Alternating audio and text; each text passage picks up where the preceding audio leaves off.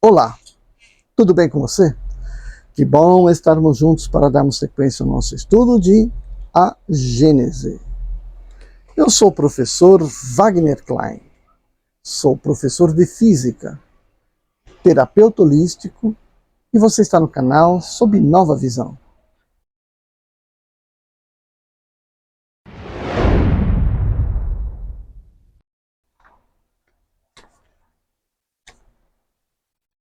Bem, continuando então o capítulo Os Fluidos, agora dando sequência nessa conversa das projeções fluídicas, vamos lá para manifestações físicas e mediunidade.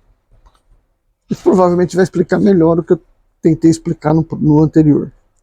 Parágrafo 40. Os fenômenos das mesas girantes e falantes, da suspensão etérea dos corpos pesados, da escrita mediúnica, tão antigos quanto o mundo, mais vulgares hoje, dão a chave de alguns fenômenos análogos espontâneos, aos quais, na ignorância da lei que os regia, atribuíram-lhes um caráter sobrenatural e miraculoso. Esses fenômenos repousam sobre as propriedades do fluido perispiritual, seja de encarnados, seja de espíritos livres. 41. É com a ajuda de seu perispírito que o espírito age sobre o seu corpo vivo. É ainda com esse mesmo fluido que se manifesta agindo sobre a matéria inerte que produz os ruídos, os movimentos de mesas e outros objetos que levanta, tomba ou transporta. Este fenômeno nada tem de surpreendente, considerando-se que entre nós os mais poderosos motores se encontram nos fluidos mais rarefeitos e menos imponderáveis, como o ar, o vapor e a eletricidade. É igualmente com a ajuda do seu perispírito que o espírito faz os médiuns escreverem, falarem ou desenharem. Não tendo mais o corpo tangível para agir ostensivamente quando quer se manifestar, serve-se do corpo do médium, do qual empresta os órgãos, que faz agir como se fora o seu próprio corpo, e isso pelo eflúvio fluídico que derrama sobre ele. Ou seja, o que acontece no fenômeno mediúnico? A pessoa dita médium é aquela que consegue se conectar de alguma forma ostensivamente com o mundo espiritual, fornecendo aos espíritos a oportunidade de se comunicarem com os encarnados. De que forma? Cedendo parte do controle, ou melhor, cedendo o controle de parte dos seus corpos, seja dos braços, seja da região fonoauditiva, né? E aí, portanto, falando, escrevendo ou movimentando objetos. 42. É pelo mesmo meio que o espírito age sobre a mesa, seja para fazê-la mover-se sem significação determinada, seja para fazê-la dar golpes inteligentes indicando as letras do alfabeto, para formar palavras e frases, fenômeno designado sob o nome de tipologia. A mesa não é aqui senão um instrumento de que ela se serve, como faz do lápis para escrever, dá-lhe uma vitalidade momentânea pelo fluido com a qual a penetra, mas não se identifica com ela. As pessoas que, em sua emoção, vendo se manifestar um ser que lhe é querido, abraçam-se à mesa, fazem um ato ridículo, porque é absolutamente como se abraçassem o bastão de um amigo que se serve para dar pancadas. Ocorre o mesmo com aqueles que dirigem a palavra à mesa, como se o espírito estivesse encerrado na madeira, ou como se a madeira se tornasse espírito. Pior, né? Quando as comunicações ocorrem por esse meio, é necessário supor que o espírito, não na mesa, mas ao lado, tal como era quando vivo, e tal como seria visto se nesse momento pudesse se tornar visível. A mesma coisa ocorre nas comunicações pela escrita. Ver-se-á o espírito ao lado do médium, dirigindo a sua mão ou transmitindo-lhe o seu pensamento por uma corrente fluídica. 43. Quando a mesa se destaca do solo e flutua no espaço sem ponto de apoio, o espírito não a ergue com a força do braço, mas a envolve e a penetra como uma espécie de atmosfera fluídica que neutraliza o efeito da gravidade, como faz o ar com os balões e os papagaios. O fluido com a gravidade a qual lhe está penetrada lhe dá momentaneamente uma leveza específica maior. Quando ela está pregada ao solo, está num estado análogo ao da campânula pneumática, sobre a qual se faz o vácuo. Aqui não temos senão comparações para mostrarmos a analogia dos efeitos e não a semelhança absoluta das causas. Também isso aqui é discutido lá no livro dos médiuns, né? Compreende-se depois disso que não é mais difícil a um espírito levantar uma pessoa do que levantar uma mesa, transportar um objeto de um lugar para outro ou lançá-lo em qualquer parte. Estes fenômenos se produzem pela mesma lei. Quando a mesa persegue alguém, não é o espírito quem corre, porque ela pode permanecer tranquilamente no mesmo lugar, mas lhe dá impulso por uma corrente fluídica, como a ajuda do qual a faz mover a sua vontade. Ou seja, o espírito, né, tem a vontade de acontecer um movimento de uma coisa e consegue fazer isso. Esse espírito, é claro, não é todo espírito, é um espírito já previamente conhecedor dos fenômenos. Quando os golpes se fazem ouvir nas mesas ou em outra parte, o espírito não bate nem com a sua mão, nem com um objeto qualquer. Ele dirige sobre um ponto onde parte do ruído um jato de fluido que produz o efeito de um choque elétrico.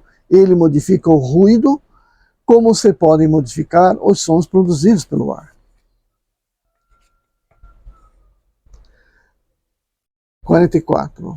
Um fenômeno muito frequente na mediunidade é a aptidão de certos médiuns para escrever numa língua que lhes é estranha, a tratar pela palavra ou pela escrita de assuntos fora do alcance de sua instrução. Não é raro ver os que escrevem corretamente sem terem aprendido a escrever, outros que fazem poesias sem nunca saberem fazer um verso em sua vida, outros desenham, pintam, esculpem, compõem músicas, tocam instrumentos, sem conhecerem o desenho, a pintura, a escultura ou a ciência musical. É muito frequente que um médium escrevente reproduza a escrita e a assinatura que os espíritos que se comunicam por ele tinham quando vivos, embora nunca as haja conhecido. Este fenômeno não é mais maravilhoso do que o de ver uma criança escrever quando se lhe conduz a mão. Pode-se assim fazê-la executar tudo o que se quer. Pode-se fazer qualquer um escrever numa língua qualquer, dizendo-se-lhe as palavras letra a letra. Compreende-se que possa ser o mesmo na mediunidade, reportando-se à maneira pela qual os espíritos se comunicam com os médiuns, que não são para eles, em realidade, senão instrumentos passivos. Mas, se o médium possui mecanismo, se venceu as dificuldades práticas, se as expressões lhe são familiares, enfim, se tem em seu cérebro os elementos daquilo que o espírito quer fazê-lo executar, ele está na posição do homem que sabe ler e escrever corretamente, o trabalho é mais fácil e mais rápido. O espírito não tem senão que transmitir o pensamento que o seu intérprete reproduz por meios de que dispõe. A aptidão de um médium para coisas que lhe são estranhas frequentemente prende-se também aos conhecimentos que possuía numa outra existência, e dos quais o seu espírito conservou a intuição. Se foi poeta ou músico, por exemplo, terá mais facilidade para assimilar o pensamento poético musical que se quer fazê-lo reproduzir. A língua que ignora hoje pode lhe ter sido familiar numa outra existência. Daí para ele uma aptidão maior para escrever mediunicamente nessa língua. Então, gente, aqui neste capítulo, né, neste item,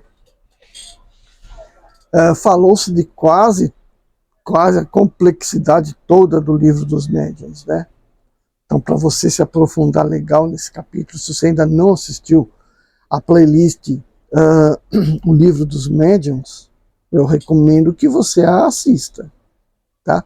Vai lá nas nossas playlists, né? Coloca na sua biblioteca lá a playlist do Livro dos Médiuns, e aí você, né, poderá então entender passo a passo o que são todas essas coisas referidas aqui. Mas, em suma, o que tá se dizendo aí é que, sabendo que médium é aquele indivíduo que tem a qualidade ostensiva, tá? O médium tem que ser, nesse caso, tem que ser um médium ostensivo, que tem a capacidade de ceder o seu corpo para que o espírito estranho, né, se comunique, faz com que habilidades manuais apareçam de todas as formas, que ele toque instrumentos, que ele construa música mentalmente e manipule algumas ferramentas, né, e faça tantas coisas por conta de que ele, mesmo não sabendo fazer na sua vida aqui terrena, ele pode ter aprendido a manipular tudo isso em vida passada. Portanto, o conhecimento já é latente no seu espírito. Ele pode facilmente desenvolver nessa encarnação. Tá. Ou também, se ele não tiver desenvolvido anteriormente, basta que ele tenha elementos de conhecimento na cabeça. Por exemplo, usar um martelo, uma ferramenta simples, todo mundo tem os elementos básicos na cabeça. Ah, mas tocar um instrumento não tem.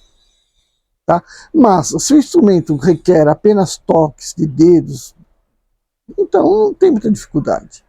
O espírito vai conseguir manipular esse corpo porque esse organismo sabe fazer algumas coisas. Quando se fala de linguagem, aí torna-se um pouco mais delicada a coisa. Por exemplo, escrever em árabe. Se a pessoa é analfabeta, não sabe nem pegar um caderno, um lápis para escrever numa língua estranha já é muito mais difícil, porque não tem da sua cabeça, no seu cérebro, tá, os elementos básicos de como se escreve. Mas uma vez que a pessoa já escreve, então esses elementos já estão na cabeça, né, no cérebro. Ele já sabe pegar um caderno, escrever, manipular. Então passar uma língua árabe para uma pessoa que é ocidental não é difícil. Não é impossível, né? Não é difícil. Então a pessoa vai conseguir escrever numa linguagem que ela não conhece aqui em vida. Tá certo? Então tudo isso está mais bem explicado lá na nossa playlist do Livro dos Médiuns, tá bom? Se você gostou deste vídeo, então por favor, deixe seu like. Se você não gostou desse vídeo, chegou aqui e falou não gostei, deixa seu like. Você já está até aqui, deixa que o YouTube leve esse assunto para mais pessoas, tá bom? Se você não está inscrito no meu canal, se inscreve. Se caiu de paraquedas pela primeira vez, se inscreve no canal, tá bom? Faça um comentário, nem que seja um comentário assim do tipo, olha, não tem nada a ver, eu não acredito em nada disso. A gente pode discutir, a gente pode tornar essa relação mais personalizada, tá bom? Vejo você no nosso próximo vídeo. Tchau, tchau. Deve a tristeza tirar e por somente alegria. Sei, oh, sei, oh, sei, oh, sei, oh. Mágoa, tristeza e rancor